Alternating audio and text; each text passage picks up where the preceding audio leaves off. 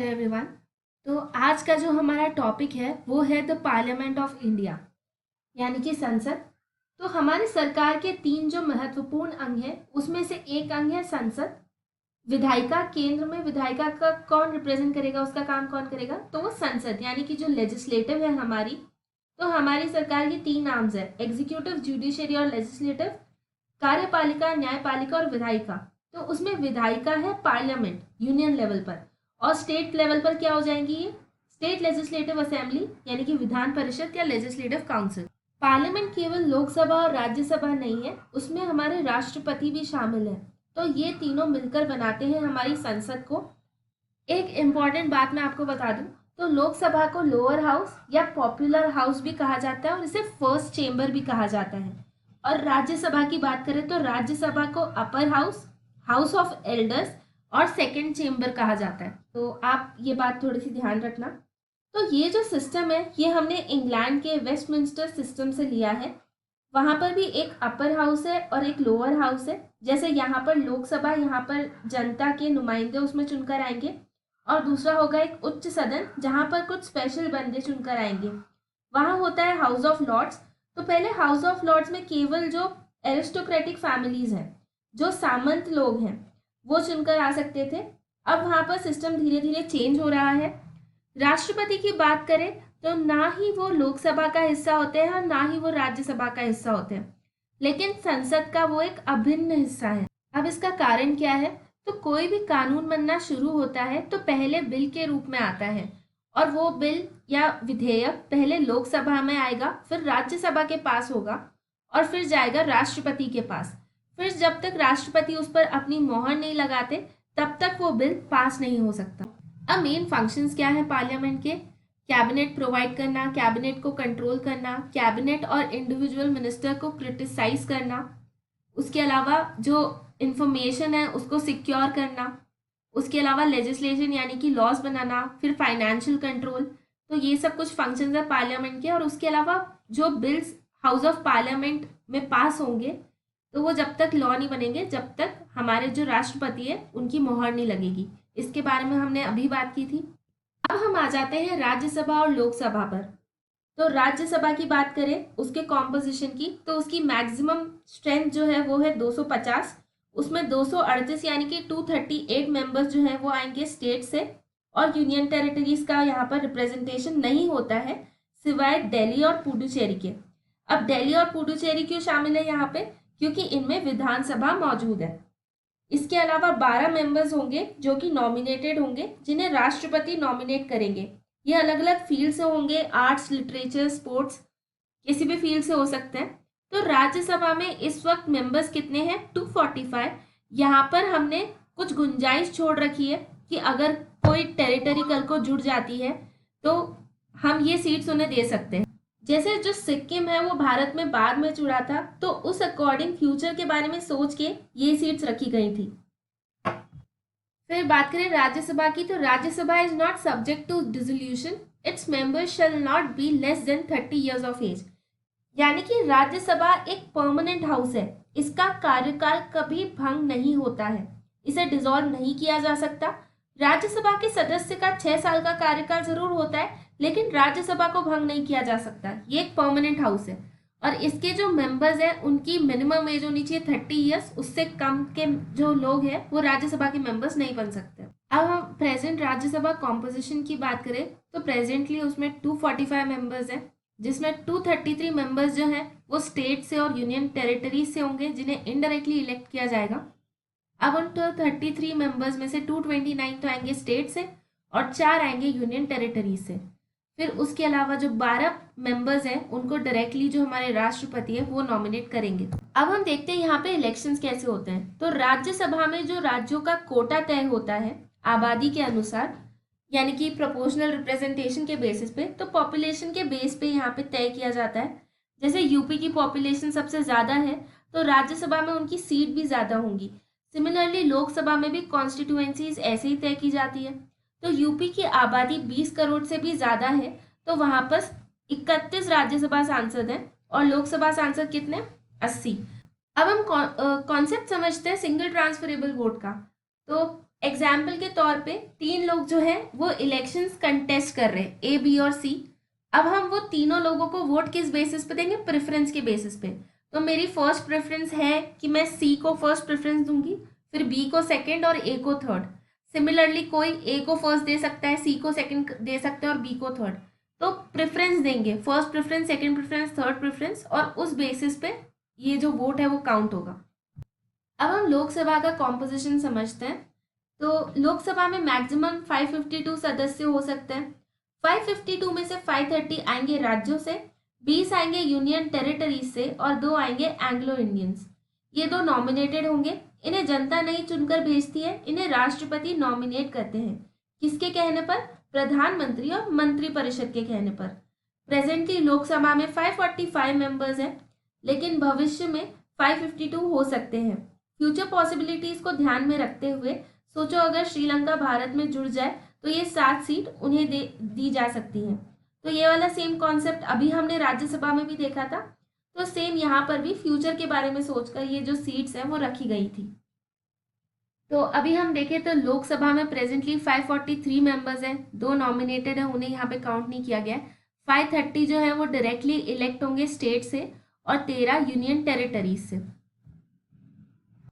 तो लोकसभा में होते हैं डायरेक्ट इलेक्शंस और कोई भी वोट दे सकता है on the basis of adult suffrage. Adult suffrage का मतलब क्या है कि कोई भी हो, कोई रईस हो, कोई गरीब हो, कोई भी एथनिसिटी का हो, किसी भी रेस का हो, काला गोरा हो, किसी भी रिलीजन का हो, किसी भी जेंडर का हो, कुछ भी उसकी इनकम हो, तो ये कुछ भी मैटर नहीं करता। अगर आप 18 साल से ऊपर हो तो आप वोट दे सकते हैं। अडल्ट सफरेज का मतलब है कोई भी वोट दे सकता है, हर इंसान के पास वोट देने का अधिकार है। फिर जो भी 18 साल की उम्र का है उसे वोट देने से कोई नहीं रोक सकता अगर वो 18 साल या 18 साल से ऊपर है। शेड्यूल कास्ट और शेड्यूल ट्राइब्स के अलावा किसी भी माइनॉरिटी कम्युनिटी के लिए कोई भी रिजर्वेशन नहीं होता है यहाँ पर। राज्यसभा की अगर हम बात करें तो यहाँ पे 238 मेंबर्स को एमएलए चुनते हैं। जो विधानसभा के सदस्य है राज्य में वो चुनकर उन्हें भेजते हैं। अब आपका एमएलए वोट डालेगा राज्यसभा सदस्यों के लिए तो ये इनडायरेक्टली इलेक्टेड है। और अगर हम लोकसभा की बात करें तो यहाँ पे हम खुद वोट डालेंगे और उसके बाद जो हमारे रिप्रेजेंटेटिव्स हैं वो लोकसभा के सदस्य बनेंगे। The council of state is not subject to dissolution, it is a permanent body. तो काउंसिल ऑफ स्टेट यानी कि राज्यसभा, इसे भंग नहीं किया जा सकता है, ये एक परमानेंट बॉडी है। इसके जो मेंबर्स है वो 6 साल के लिए इनका एक टाइम पीरियड होता है, 6 साल का। अब इसमें होता क्या है कि 1/3 मेंबर राज्यसभा के हर 2 साल बाद रिटायर हो जाते हैं।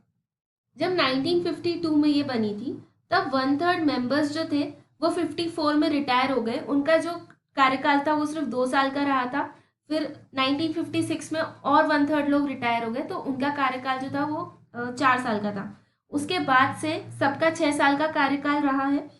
तो इसी तरीके से ये प्रोसेस होता है, हर 2 साल में जो 1/3 मेंबर्स हैं वो रिटायर होते हैं और उसके बाद नए मेंबर्स आते हैं। तो ये रोटेशन कॉन्स्टेंटली चलते रहना चाहिए, इसीलिए ये प्रोसेस किया जाता है। और एक और बात हम ध्यान रखें कि राज्यसभा के जो सदस्य हैं वो री इलेक्शन के लिए भी एलिजिबल है। आप जितनी बार चाहे उतनी बार राज्यसभा में री इलेक्ट हो सकते हैं, उसमें कोई रिस्ट्रिक्शन नहीं है। नॉर्मली लोकसभा का जो कार्यकाल है वो होता है 5 साल का। 5 साल बाद लोकसभा भंग हो जाएगी और उसी के साथ साथ उस लोकसभा सांसद का कार्यकाल भी समाप्त हो जाएगा। राष्ट्रपति 5 साल से पहले भी लोकसभा भंग कर सकते हैं प्रधानमंत्री और मंत्रिपरिषद के कहने पर, और उसके बाद होंगे मिड टर्म इलेक्शंस। ऐसा 2004 में हुआ था। अटल बिहारी वाजपेयी ने लगभग 6 महीने पहले ही लोकसभा भंग कर दी और अप्रैल मई में मध्यावधि चुनाव करवा दिए, क्योंकि उन्हें लगा था कि उनकी पार्टी जीत जाएगी उस वक्त। लेकिन हुआ उसका उल्टा। एनडीए सरकार थी उस वक्त अटल बिहारी वाजपेयी के नेतृत्व में, वो चुनाव हार गई और 2004 में यूपीए फर्स्ट की सरकार बनकर आई। फिर उसके अलावा लोकसभा का जो चुनाव है वो इमरजेंसी के दौरान 1-1 साल कर बढ़ाया जा सकता है। अगर कोई सरकार 4.5 साल से पावर में है और उसके बाद इमरजेंसी डिक्लेयर कर दी जाती है देश में, तो ऐसे में अगर 1 साल बाद भी इमरजेंसी लागू रही तो फिर से 1 साल का कार्यकाल एक्सटेंड करा जा सकता है। तो जैसे 4.5 साल में 1 साल का कार्यकाल एक्सटेंड किया तो वो सरकार का टाइम पीरियड कितना हो गया, 5.5 साल। उसके बाद 6.5 हो सकता है, 1 साल बाद 7.5 हो सकता है। इसमें कोई भी नंबर ऑफ लिमिट नहीं लगाई गई है, लेकिन जैसे ही इमरजेंसी हटती है वैसे ही तुरंत चुनाव कराए जाने चाहिए। अब पार्लियामेंट की बात करें, संसद में मुख्यतः 3 सेशंस होते हैं। पहला बजट सेशन होगा जो साल की शुरुआत में होता है, फिर होता है मॉनसून सेशन जुलाई सितंबर में, और तीसरा होता है विंटर सेशन, ये नवंबर दिसंबर में चलता है। तो पार्लियामेंट कम से कम साल में 2 बार मिलनी चाहिए, उसमें 2 बार सेशंस कंडक्ट करवाने चाहिए। और दूसरा, ये किसी भी 2 सेशंस के बीच में 6 महीने से ज़्यादा का गैप नहीं हो सकता है।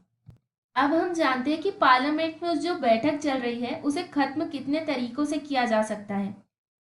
ठीक है, खत्म करने या पॉज करने के अलग अलग तरीके हैं। सबसे पहला है एडजर्नमेंट। तो एडजर्नमेंट का मतलब है बेसिक सस्पेंड कर देना। आमतौर पर हम न्यूज़ में ये देखते ही हैं कि संसद में हंगामा होने के कारण संसद की कार्यवाही को स्थगित कर दिया गया है। स्थगित करना का मतलब ही एडजर्न करना होता है। यह अधिकार होता है स्पीकर के पास या फिर चेयरमैन के पास। इसमें एडजर्न करते समय टाइम बताया जाता है कि कल इतने बजे या बुधवार को या 2 दिन बाद हम फिर से कार्यवाही शुरू करेंगे संसद की।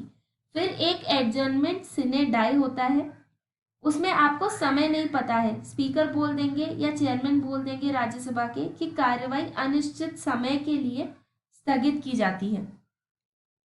तो एडजर्नमेंट में हमें समय पता होता है और एडजर्नमेंट सिने डाई में हमें समय नहीं पता होता, ये अनिश्चित समय के लिए होती है। फिर आता है प्रोरोगेशन। प्रोरोगेशन भी एक तरीके का स्थगन ही है, लेकिन प्रोरोगेशन थोड़ा सा फॉर्मल हो जाता है।